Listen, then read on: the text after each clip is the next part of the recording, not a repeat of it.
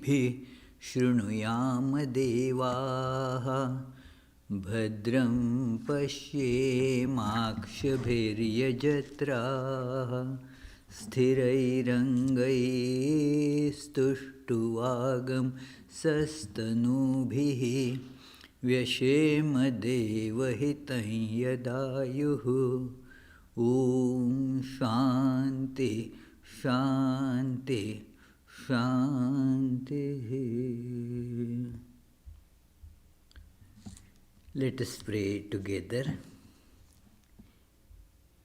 We offer our salutations to the all-loving being who endows all beings with consciousness. We meditate on the Lord, who is the origin of the universe. Lord, Thou abidest in all. Thou art all. Thou assumest all forms. Thou art the origin and goal of all. Thou art the self of all. Thou art existence, knowledge, and bliss. Salutations unto Thee. May the world be peaceful. May the wicked become gentle. May all creatures think of mutual welfare. May their minds be occupied with what is spiritual and abiding. May our hearts be immersed in selfless love for the Lord. Peace, peace, peace be unto all.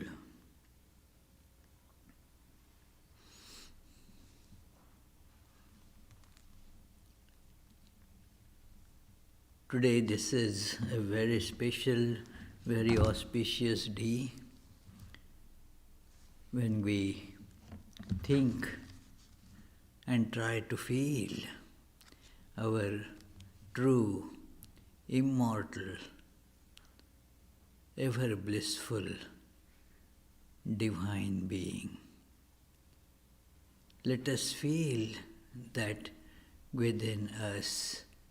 Let us close our eyes and feel our true, divine nature in our heart. Let us imagine it is like the light of a steadily burning candle flame kept in the innermost recesses in our heart.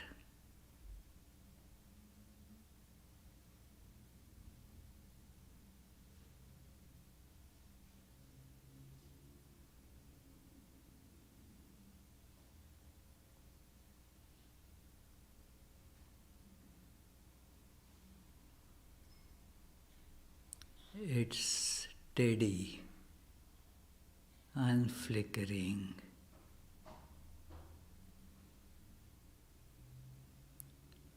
luminosity has filled my whole being.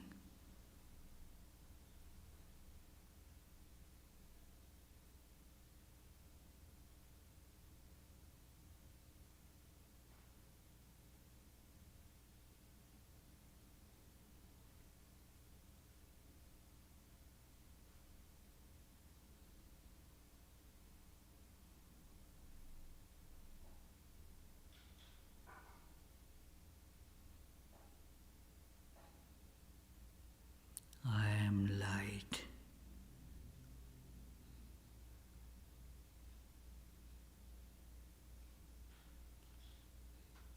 I am not the bones, the blood, flesh, nothing perishable, nothing changing. I am the light.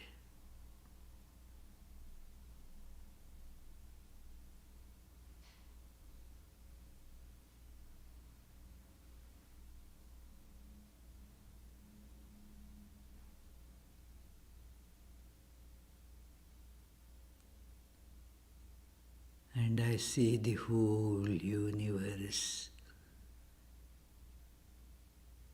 is filled with the same one light.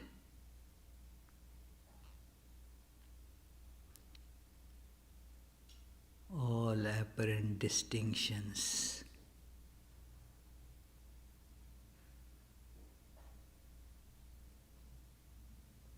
Dissolved, gone.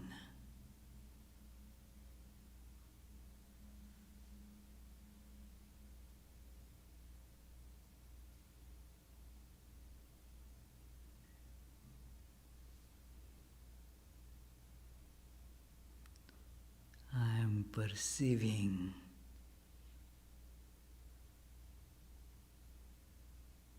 this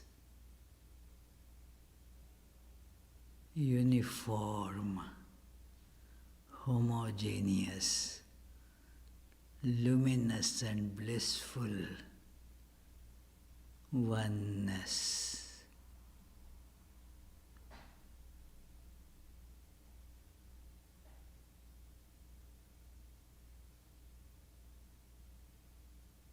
I am eternal.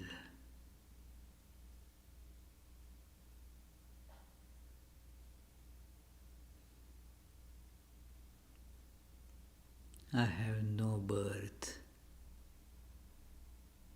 no change, no death.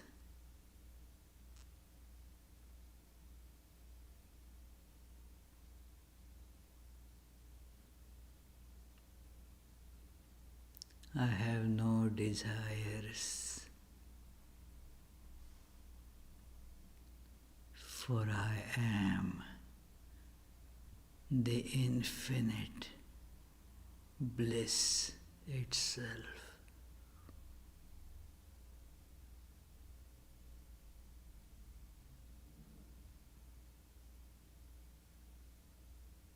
Om. Peace, peace, peace.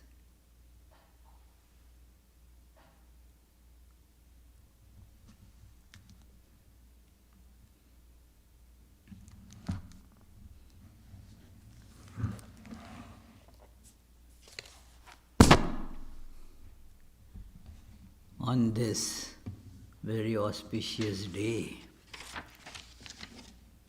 we think, feel, and try to see it within us that how the spirit rises out of the dead matter. Just brushing aside the dead, the spirit comes up, and it therefore gives us the hope of our realizing, experiencing our true immortal nature. And also it shows the way as to how to do it. We all have the thirst for immortality. We all want to go beyond this mortal frame of body, and therefore we are trying to, those of us who live in body, we think that somehow or the other let the body become immortal. And although it is not at all rationally a supportable thought, it comes to all of us. That is why we want to elongate life. We don't want to die.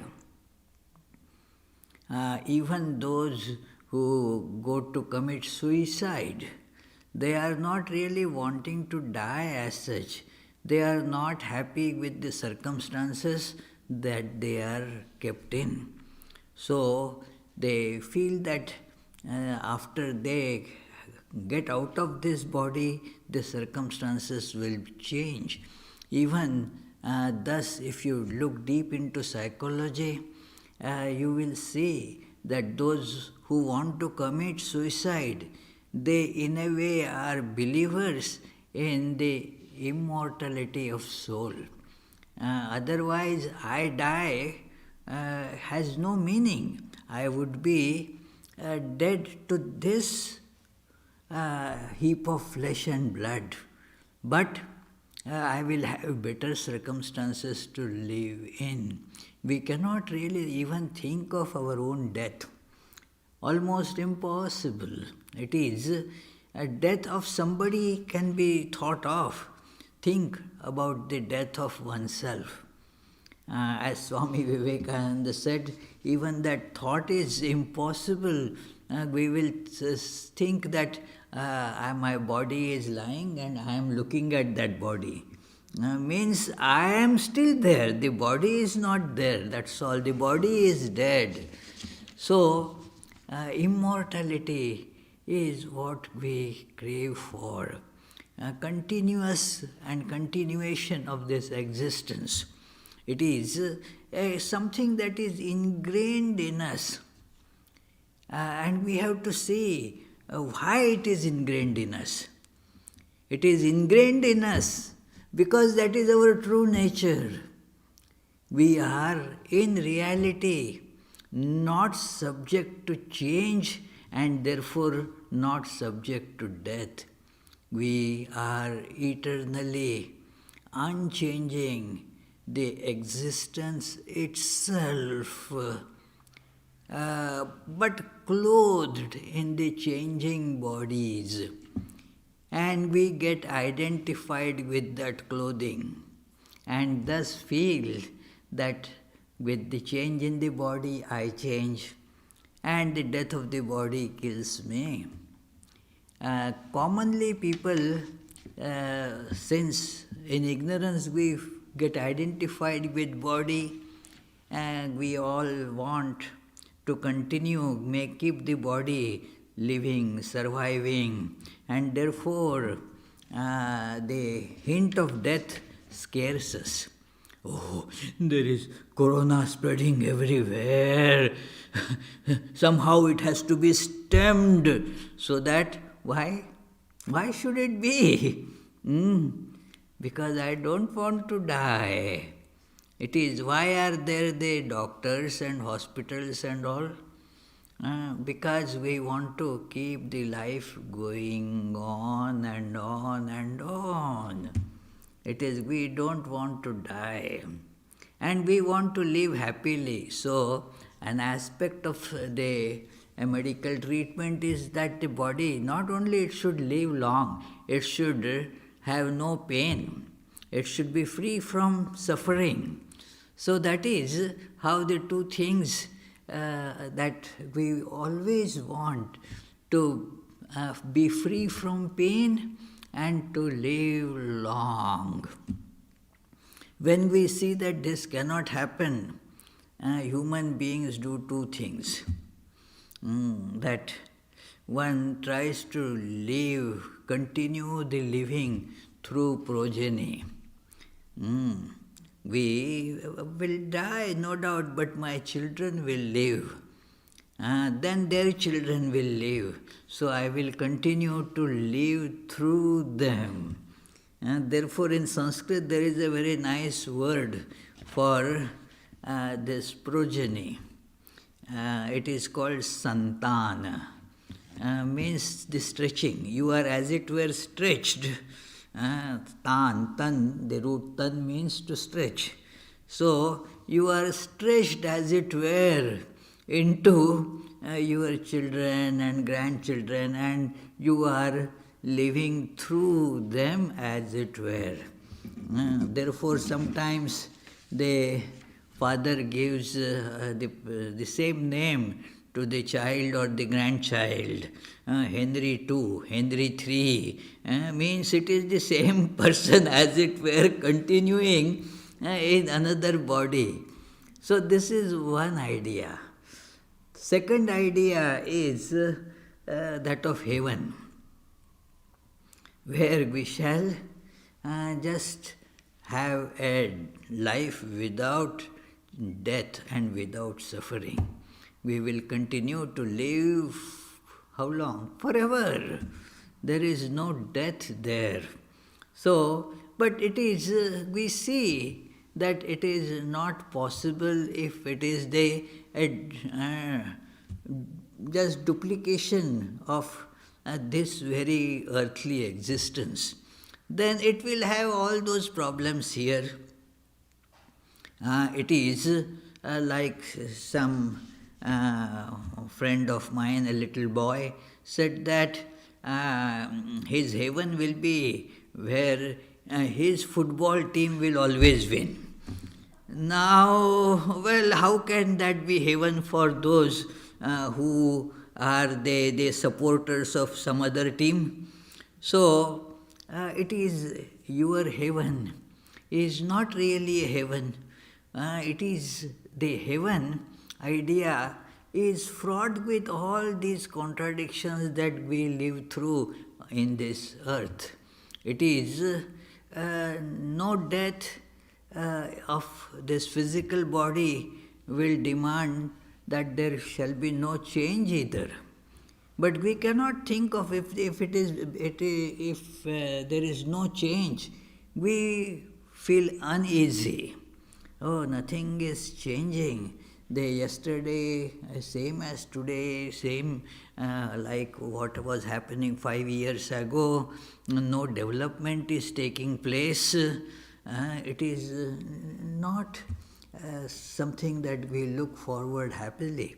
It is we want change. Otherwise, we say it is so boring. It is so we want change.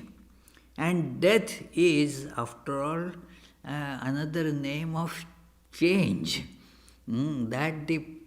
What was past is gone, dead. Something new has come. That is the meaning of change. So, change automatically means death.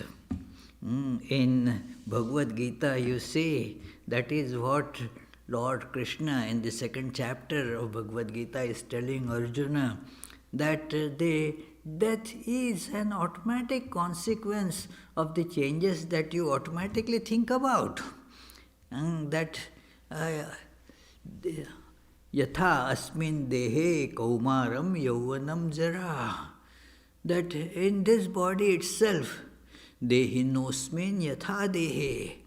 That in this body itself, you see that there is the childhood, there is the young adulthood, there is the old age, changes.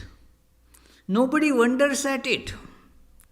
In fact, if it doesn't happen, you will start wondering why it's not happening. The parents start worrying when the child is, say, 8 to 9 years old or so, that why the new teeth are not coming and the old teeth are not falling. Something wrong. It is, because that change is expected, has to happen. And so the death is also expected to happen. That is why, although we don't want to die, people have the businesses of that funeral homes and all that. They want people to die.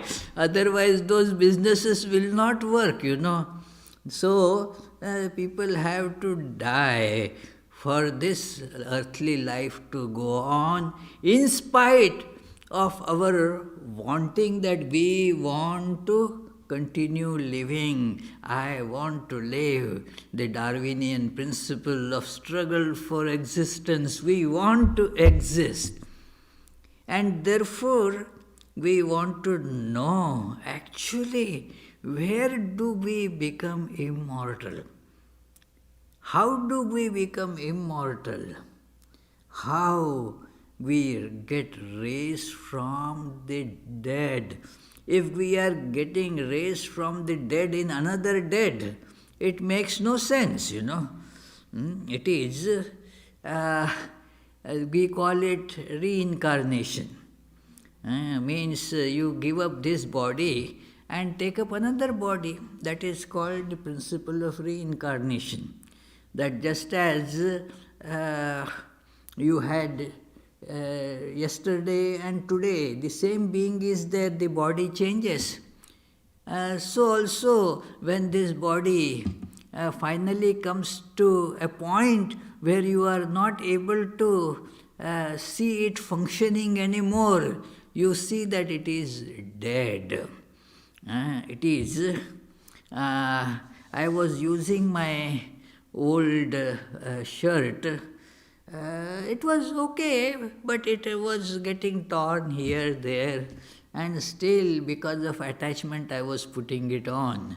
So a friend of mine, when he saw, he quietly came and tore it so big that now I will not be able to wear it. Said, I put another one. This is all no good. You shouldn't be putting on this. So similarly, this body goes on getting dilapidated like a house, that you lose the strength of the limbs.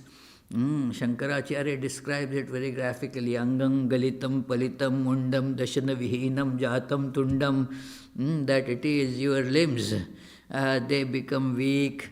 The body loses all its shape. The teeth leave the mouth. And so it is that kind of existence. It is. So this happens. And so still you think I am living. But at one point now, you should not be wearing this cloth of body. It is too torn. You better throw it and get another one. So it is torn completely, and you then call it death. This fellow has died. So it is just getting that our garment torn, now beyond recognition, beyond using it again, worthy to be cremated or buried, whatever. So therefore, if we are getting raised again in some such body, it is not being raised really. It is not really becoming immortal. You are just changing this garment, which again is subject to being worn out and cast aside. So, what is the meaning of then being raised? And in Vedanta you hear all the time about this, that there is the immortal core of being. We have to look at that which does not change in the midst of all changes. And we have to observe that. It is Vedanta as a science, as a higher science. Swami Vivekananda calls therefore religion as a superior science.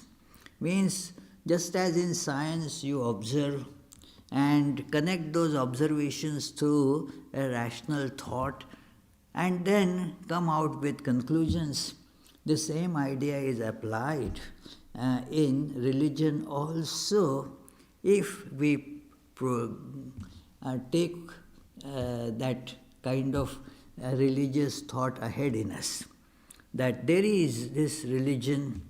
What do? We observe there also that something in me does not change. It is an easy matter for observation. Everybody can see that how the things have changed, how my body has changed. It is, look at your picture. When nowadays you have pictures right from childhood, even as the newborn baby, they take a photograph and send to all the relatives and friends and everybody. Now look at that photograph when you are, say, 70 years old. Now the body doesn't look anywhere close to what you look now. And yet you say, I am that. That is my picture. Something hasn't changed. This is what we have to observe. We have to say that, yes, I was witnessing that body. I was witness of that body. Yes, I was a baby. Then I started going to kindergarten with a tiffin box. I used to be very happy to be other kids, playing with them, fighting with them at times too. Sometimes becoming very elated, sometimes becoming sad, crying. And then, I was witness of all that too. Sometimes my parents would pamper me. They sometimes would chastise me. So all that I am witness of. I see that. I see that, yes, I went to high school. The picture is changing. But I am not changing. I am seeing that picture. I am seeing that picture of me. Try to see, friends. This is a meditation. Try to see the pictures in your life, that you are there just as you were. Imagine, there is a hall in which all these your past pictures have been kept. And then at a ripe old age, you are looking at these pictures. That you see, yes, I was there, It is that Bhavabhuti, a great Sanskrit poet, dramatist, he wrote a very beautiful play, Uttara Ramacharita, which is based on that life of Rama after he actually ascends the throne after killing Ravana. He has come back to Ayodhya, is now crowned king, and so forth. So what happens after that? And it begins with a very nice scene in presenting a drama. Many times they use the flashback technique. Do you use it, Yuna? No? Sometimes it is used to a great effect. So here you see it being used, that somebody informs Rama that, as some artist has painted so many pictures of your past life, and with that there is an exhibition put there. So, and he would be very happy if you come to see. And then Rama tells Sita, come on, let's go, see that. And then they started looking at these pictures. And then, yes, there is so much excitement going on. What is there? You were going to be crowned as the crown prince at that time. And that is the picture of that. And, well, this is the picture when you have been banished by your stepmother Kaikeyi to go to forest. Oh yes, this is the picture that we all went to forest. Yes, I remember all this. And oh my goodness, this is the picture where I told you to go after that golden fleece, the gold deer. Oh, what a shameful thing I did. I was so, such a dumb girl. Oh, Sita is saying that to Rama, look. And then, you see, this is the picture. Even thinking of that brings horror to me. That demon Ravana came. That Ravana came and took me away. And then how all these pictures, and they were ruminating while looking at these pictures. So, just like that, let us look at our pictures. All these pictures changing, changing, changing, changing. And yet, you are there, isn't it? You are there without change. You are recognizing that they are all your pictures. Think about it. That unchanging you. And since it is unchanging, it is beyond death. Time cannot affect it. Do you get it? It is beyond time. So, holding on to that is becoming immortal, being raised out from flesh and enshrined in the spirit, in our true nature. This is what Jesus came to teach. Die to the flesh. The old man has to die. What is the meaning of old? Means everybody is actually old, In these days they don't use that phraseology in America, but in British English that we learnt, people would ask, how old are you? Even a 2-year-old, how old are you? And it was not anything offensive. The child would reply, I am 2-year-old. So it is that everybody is old. So old must die so that the new will come up. It is, and that is dying of this flesh. Let it die. Hold on to the unchanging reality. Always let us remind ourselves of that spirit which does not change. It is there that I live. Thinking of oneself as body means I am subject to death and all those things, that associate with it. I am subject to the bondage of flesh. The slavery of flesh is the worst slavery.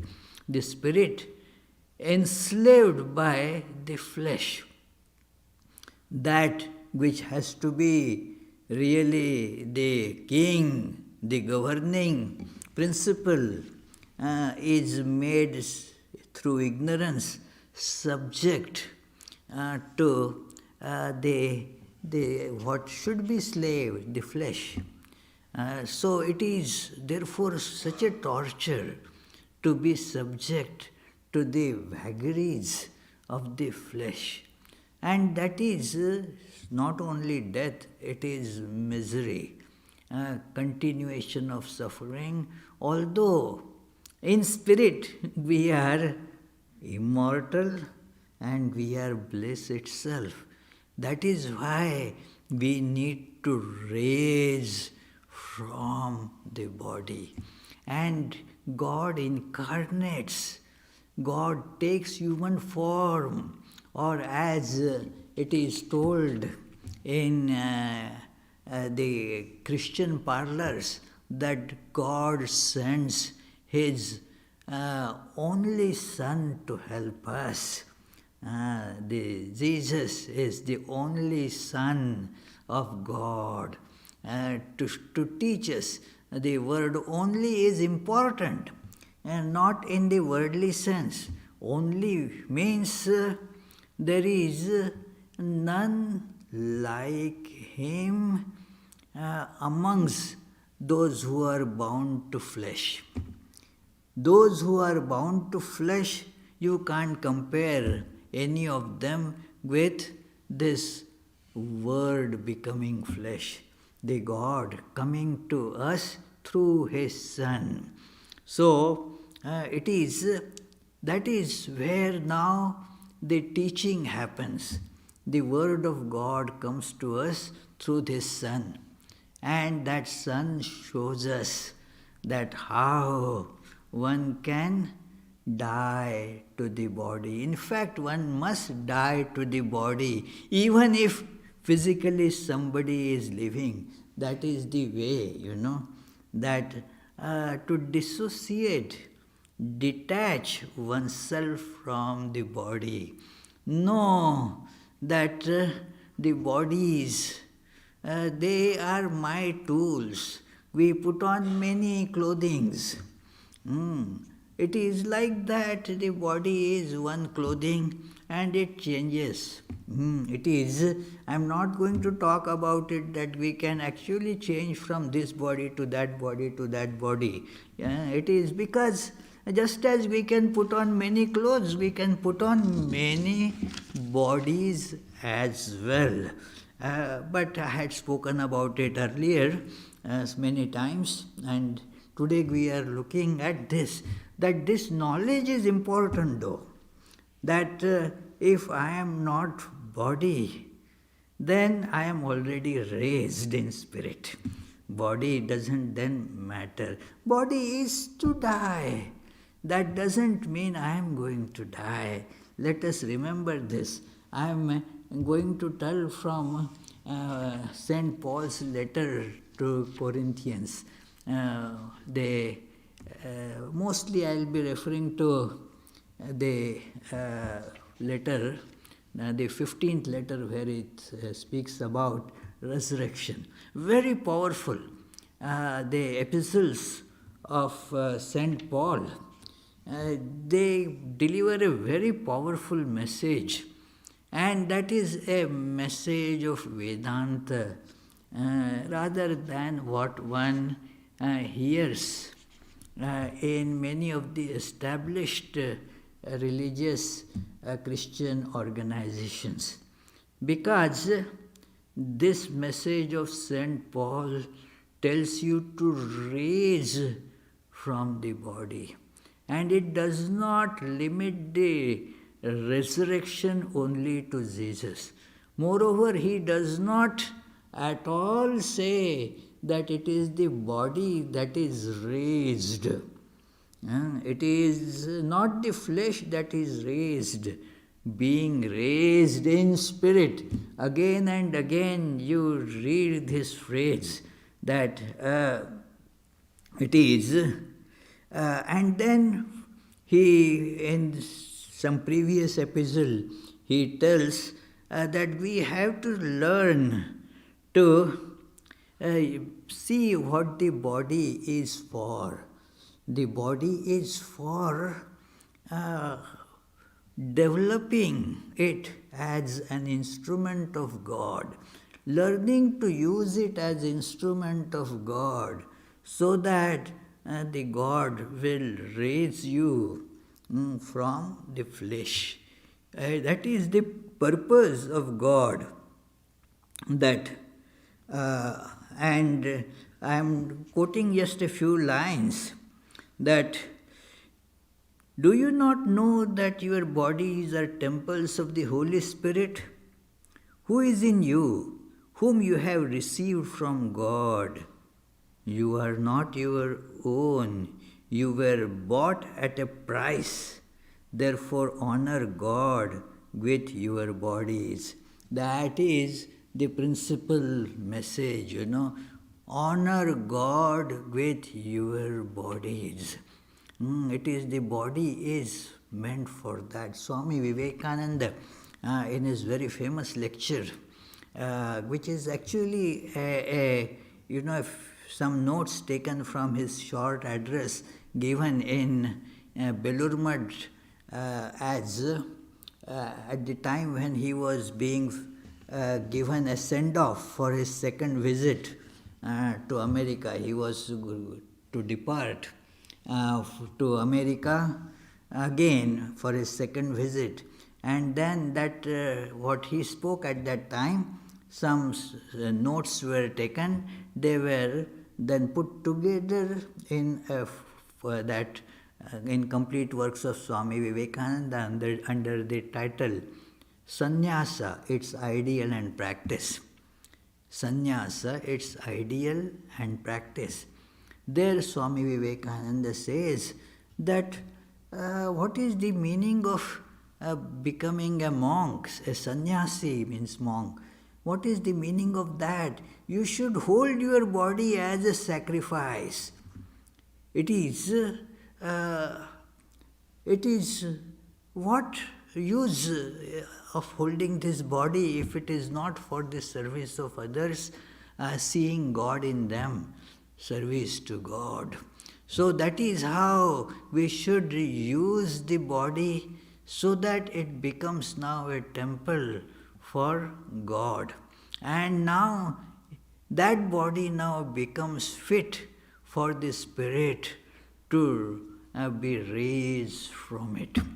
So it is, and he says therefore, it is very categorical statements to remember that if they say that only it is Jesus who was raised from the dead, St. Paul doesn't say that, in fact, opposite. He says, but if it is preached that Christ has been raised from the dead, how can some of you say that there is no resurrection of the dead? If Christ, you believe that Christ is raised from the dead, and then how can you say there is no resurrection of the dead? If there is no resurrection of the dead, then not even Christ has been raised. And if Christ has not been raised, our preaching is useless, and so is your faith. More than that, we are then found to be false witnesses about God, for we have testified about God that He raised Christ from the dead. But if He did not raise Him, if in fact the dead are not raised, for if the dead are not raised, then Christ has not been raised either. So it is only that he continues that then those who have fallen asleep in Christ are lost. If only for this life we have hope in Christ, we are of all people most to be pitied. Not just for this life of flesh. What if that faith has no meaning at all?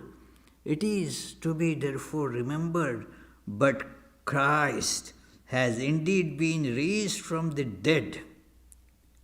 So it is, and so everyone will be raised. But we have to see it through Christ.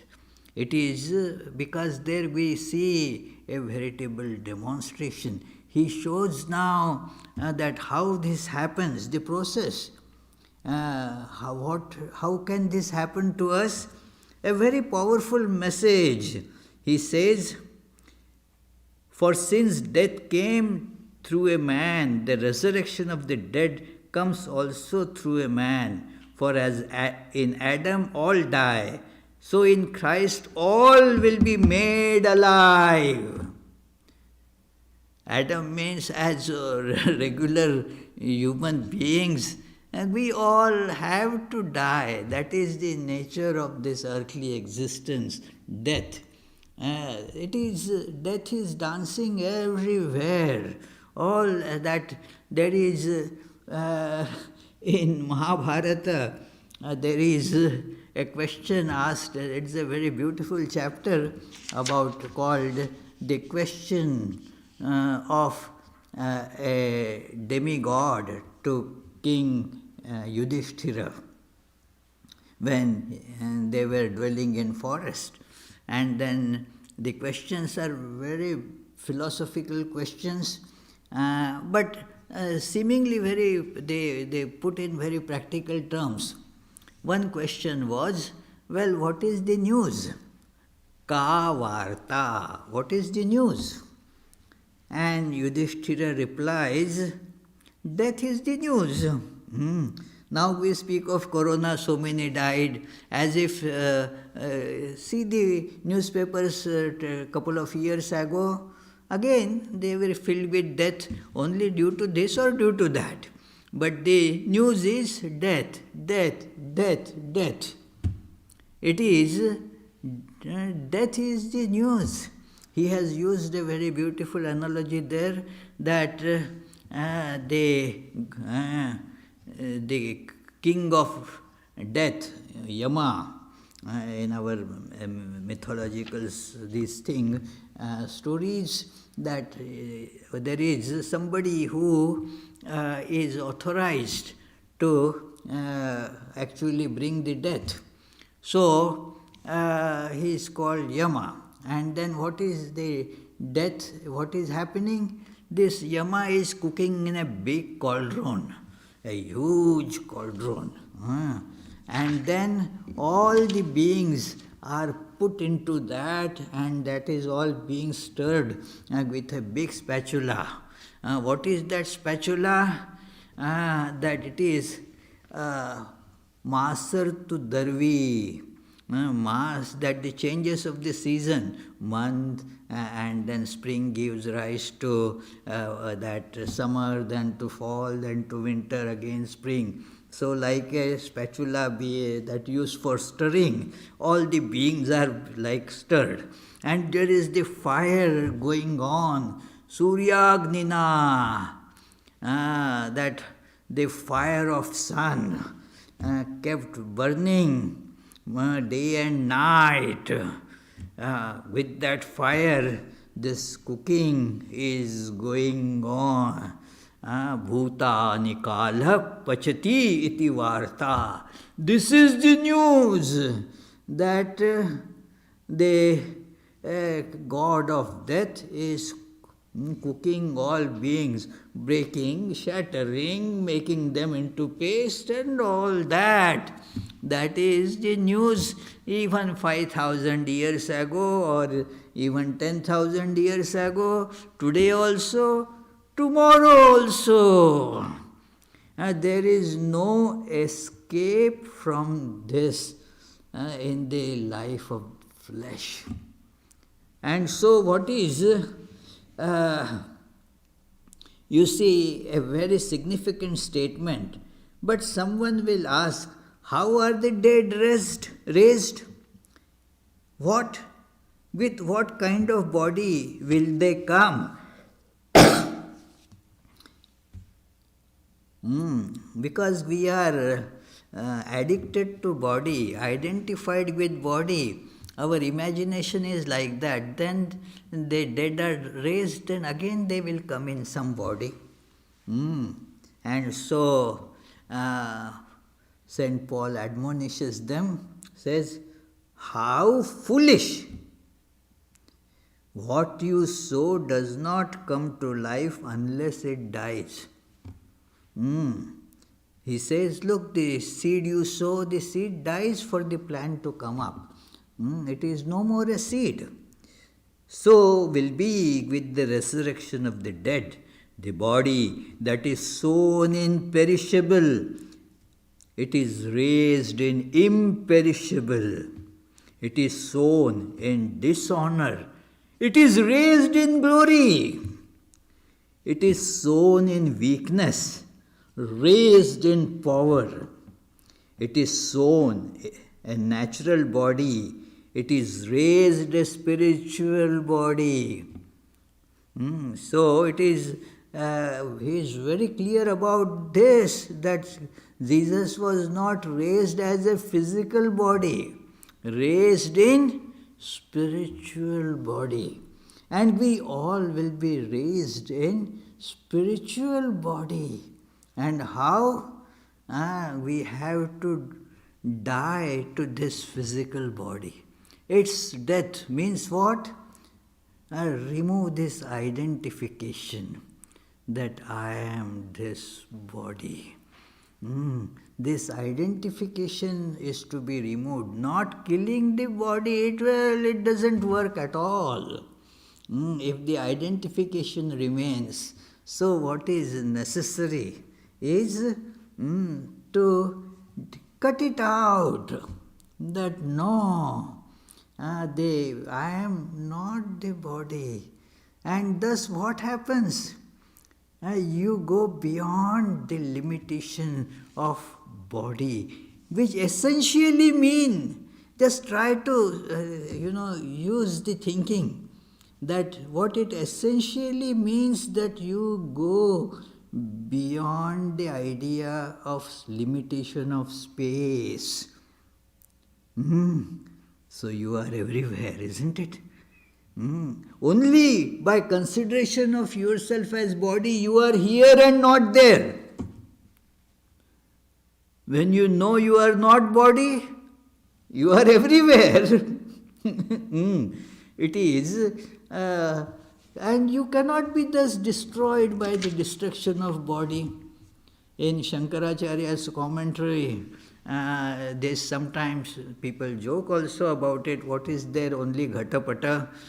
Means it is only the jar and the cloth. These are analogies he gives, that it is that there is a jar and the space in the jar.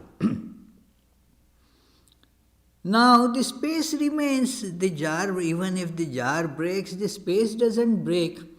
And the space in the jar actually does not characterize the space at all. So it is only your illusion that you are thinking the space in jar, this jar and that jar. So the self in this body, in that body, no.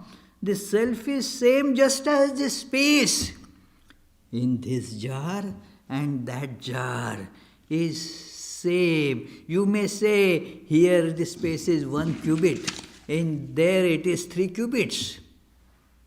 Well, you are not measuring the space, you are measuring the size of the jar, that's all. It is not the measurement of the self. It is so, it is to be remembered here that the disidentification of self and body, this has to be cut. This is called that knot of chit jada granthi. In Vedanta this word is used, beautiful word. The consciousness and the matter, as it were, we have tied together, mistaking one for another. That it is the consciousness, when you say I, consciousness, but you show to body. I went to Boston.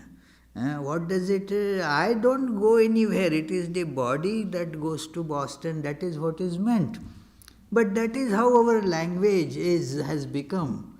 That I and the body, the spirit and the matter, the consciousness and the inert matter, they have been tied together, one confusing for another. That is the wrong knowledge. In Vedanta, ignorance, sometimes that word avidya is translated as ignorance. Okay, correct, in a way, but one must remember here what it signifies is not really not knowing, but wrong knowledge. Wrong knowledge is called avidya, not absence of knowledge, but wrong and therefore more dangerous understanding, that it is I am this body. It is not ignorance, not absence of knowledge, but wrong knowledge. It is thus, the effects are seen as Patanjali describes very beautifully, that therefore you call that which is not that, and thus get cheated all the time You want that which is permanent, but then you end up calling that which is impermanent as permanent. So it is, you call that which is sure to bring misery as source of happiness. That is how the tying of the body and the self brings us. Jesus teaches us how this has to be broken, this has to be cut completely, and then you will see you are the spirit, you are never born, you are unchanging, you are bliss itself. What a pity, as he says that they are to be pitied. It is and what happens then? It is raised in imperishable. You become immortal. It is sown in dishonor. Yeah, what is this, little body? What honor does it have? Born of combination of some these things, some material which we don't think as very clean, a combination of that. So what it is going to be? It is born in dishonor, but raised in honor. Spirit. So, in its glory, it is sown in weakness. Flesh, very weak. Therefore, we who live in flesh, our resolve does not last much long. Resolve about our ego and all, even if we don't make, it survives. It keeps on, growing. But the resolve, it takes, lot of faith in God in us to hold on to that yes, I will not do anything that is does not make me free from this bondage of flesh. It is, I will not commit to anything that is in a way is going to make my body consciousness stronger.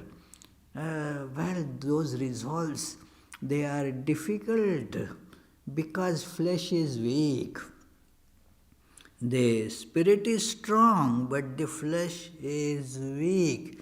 And if we identify with body, there is that weakness in spite of all our boasting. A little temptation can just throw all our resolve to naught. It is thus very important that to know that in flesh we are weak, but in spirit we are all powerful. Not only just we are strong, but we are all powerful. So this is the nature of this message. Swami Vivekananda therefore called everybody at the Parliament of Religions, ye the children of immortality. We are all children of immortality, that we are the spirit. Let us remind ourselves that identifying ourselves with body makes us slave. And if we look at the life of Jesus and all the other incarnation of God and get their message within us, we will see that we too learn through reflection. That, just as reflection makes us correct ourselves, so we look ourselves in the mirror called Jesus and correct ourselves. Instead of keeping a glass mirror, keep the mirror of Jesus in front of us. Look and see how we need to correct ourselves and correct ourselves. And thus we shall see we are spirit, just as Jesus saw. It is if we cannot just do this just as Jesus did. Then, as Paul mentioned, then the advent of Jesus is of no use. It is useful only when we see that what Jesus has come to show, I am able to imbibe. So that is the great message, friends, of Easter, and let us try to hold on to this message. Thank you very much. Let us meditate on this message for a few seconds, and then in case if you have any question or a comment, we will try to discuss that.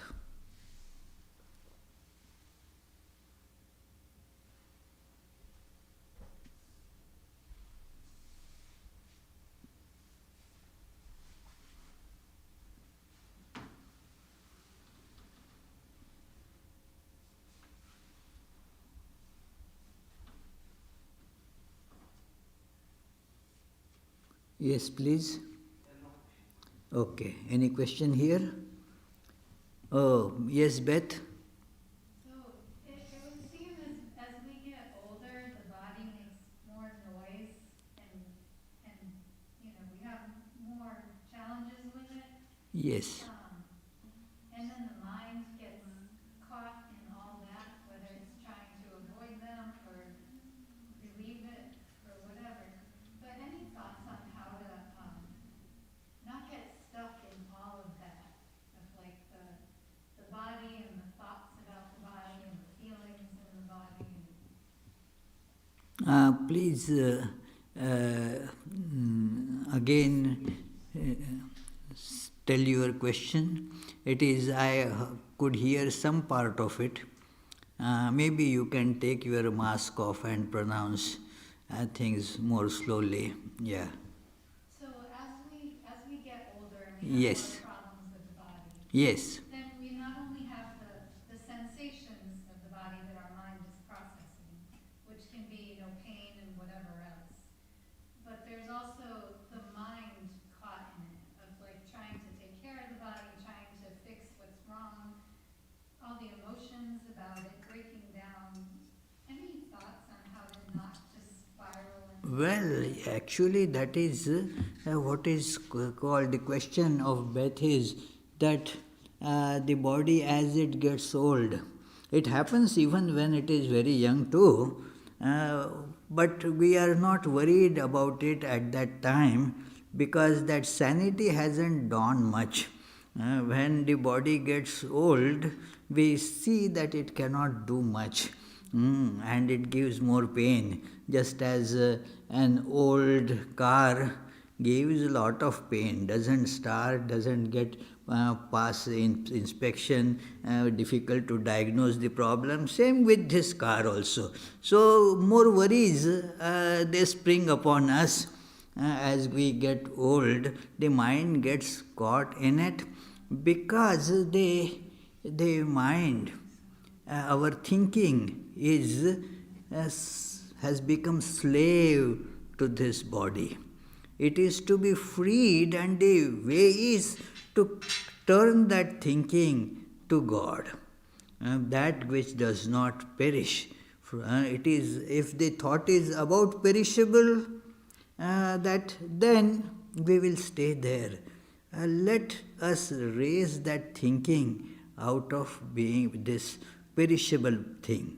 So we will then start living in imperishable. That is how the mind needs to be trained to become, attached to God rather than being attached to body or whatever that perishes. So this is a training that is to be given to thought. In fact, that training and the practice of it is what is called yoga.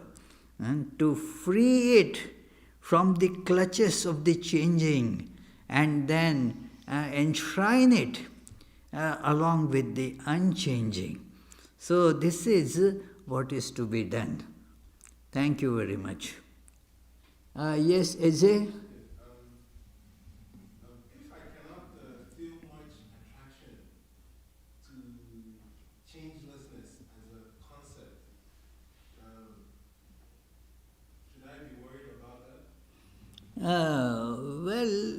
don't worry about it. I sometimes like the title of that book very much, that Dale Carnegie's book. Stop worrying and start thinking. I think today or yesterday that discussion had come that it is stop worrying and start thinking. What is the difference between worrying and thinking? Worry means you go on in the same loop again and again and again, and there is no solution to it. Thinking is systematically trying to see the way out of this. So, if you don't feel attraction, okay, that's fine. But you will see that the attraction to body, attraction to the changing is bringing you more and more trouble. Then thinking will tell you, ask yourself, do you want more trouble, more bondage, more suffering? Yes, let us ask ourselves this question. Do I want more suffering, more bondage? Yes, Sarah, do you want more suffering? No. Do you want more bondage? No, nobody will say, yeah, I want more bondage, please. No, nobody will order more bondage. So, now, what should you do not to order more suffering and more bondage? Don't go to that restaurant which serve only that. Isn't it? So, although no attraction to unchanging, by abhorrence of that which is changing, you can develop then a connection with the unchanging. And then that connection, the taste comes, gradually the attraction comes by getting habituated to it. There is that story of a father-son duo. The father was scolding the son for being alcoholic, drinking.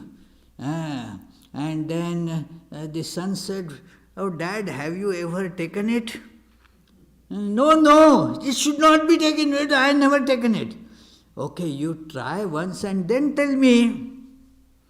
And it is said that the dad, okay, let me speak with authority. I will say that I have tried and then so it's not good. So the dad took a peg of it and then said to the son, now you may give it up. I am not going to give it up. Just this, don't take the incident as such, but the spirit is many things that you initially do it by forcing yourself. Gradually you start liking it. The liking then grows on you. I have seen many who frequent here that earlier when they were coming first, they wouldn't take hot stuff at all. Because I love it in front of me where I take my food. There are some chilies and hot food and all that there. Then what happens is that Abhijit, okay, a little bit I can try, just to be respectful of things. So he tries a little bit.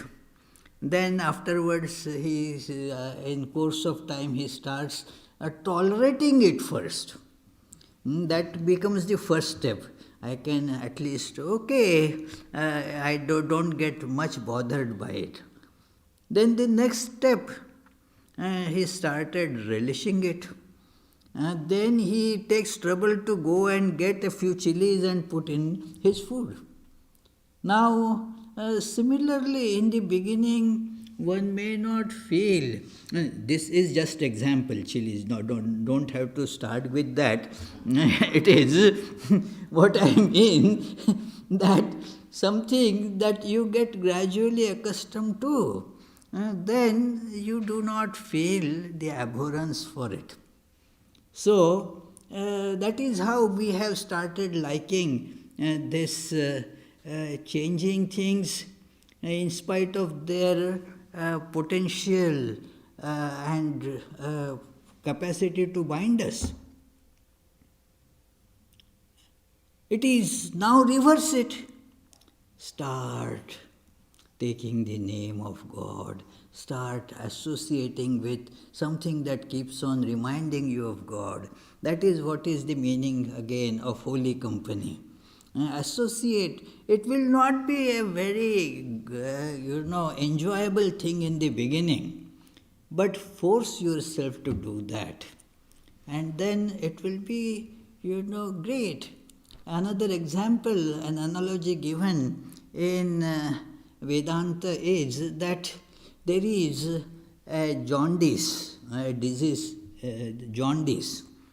Now, the jaundice changes the taste, and so the sugar tastes bitter and like that. You don't like to eat sugar even if you are otherwise very much given to sweets.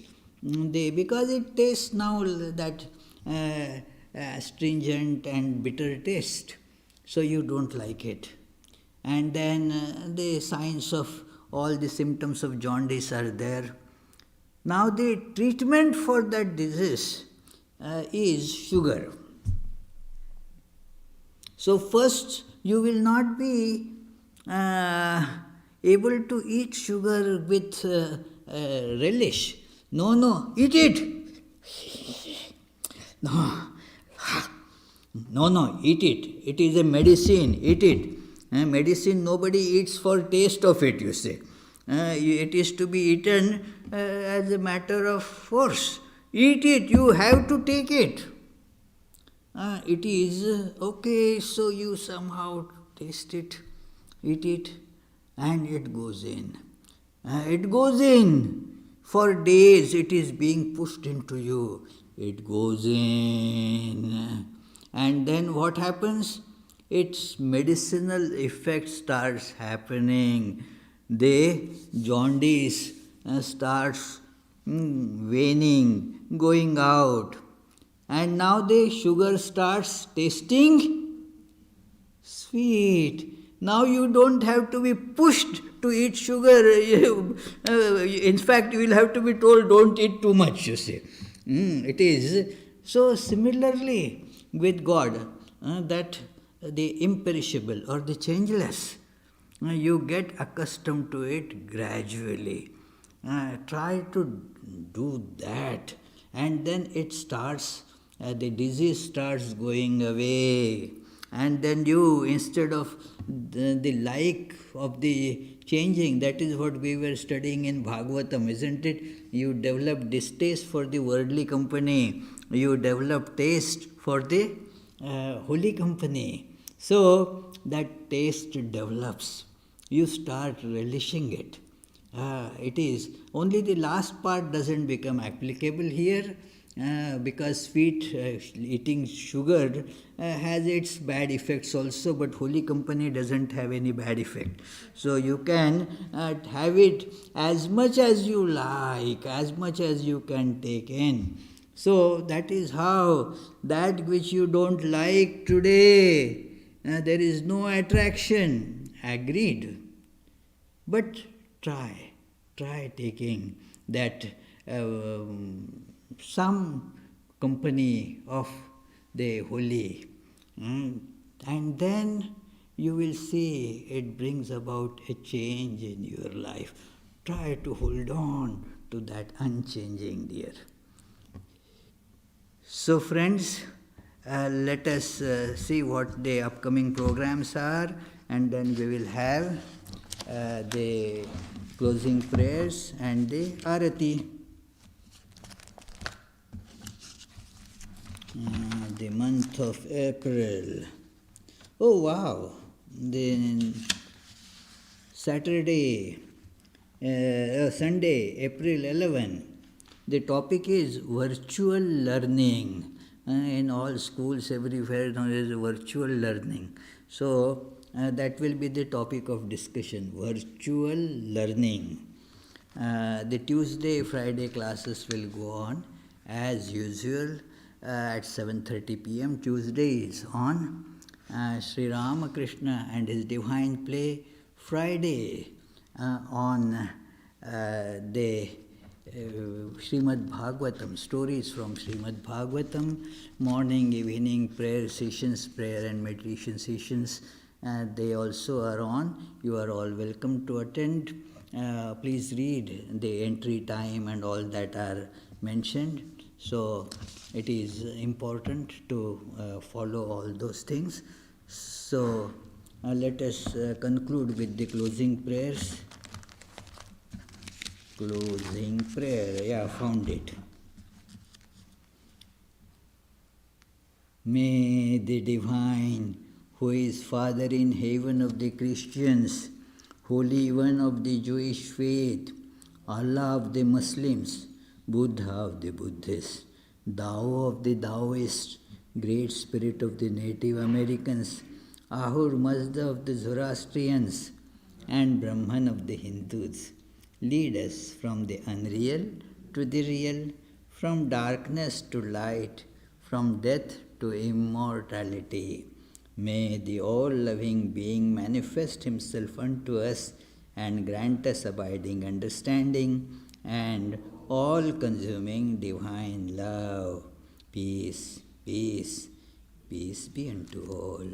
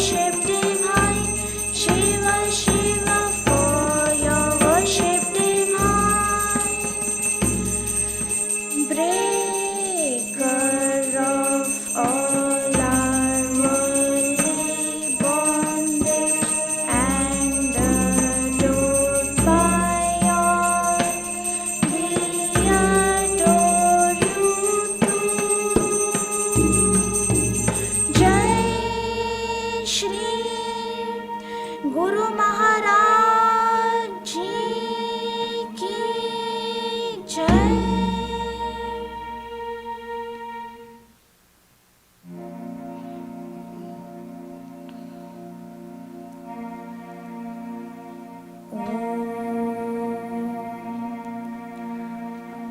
Auspicious and blessed graciousness sublime, all noble ends you give to us, granting us refuge, all seeing Gauri. O Mother Divine, our love to you. Creation, preservation, dissolution are your powers, eternal one. Nature's real basis, nature's essence. O Mother Divine, our love to you. We come seeking refuge from anguish. Be our Savior through your deep concern. All our suffering remove, Goddess. O Mother Divine, our love to you. Victory, O Mother Divine, our love to you. Blessed Mother Divine, our love to you. Blessed Mother Divine, our love to you. Blessed Mother Divine, our love to you. Jai Shri Ramakrishna Deva ki Jai. Jai Shri Sarada Devi ki Jai. Jai Shri Swami Vivekananda ki Jai. Jai Shri Buddha Deva ki Jai. Jai Shri Jesus Christ ki Jai.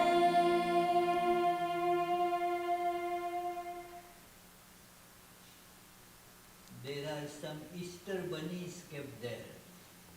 So please, while you leave, take Easter bunny with you.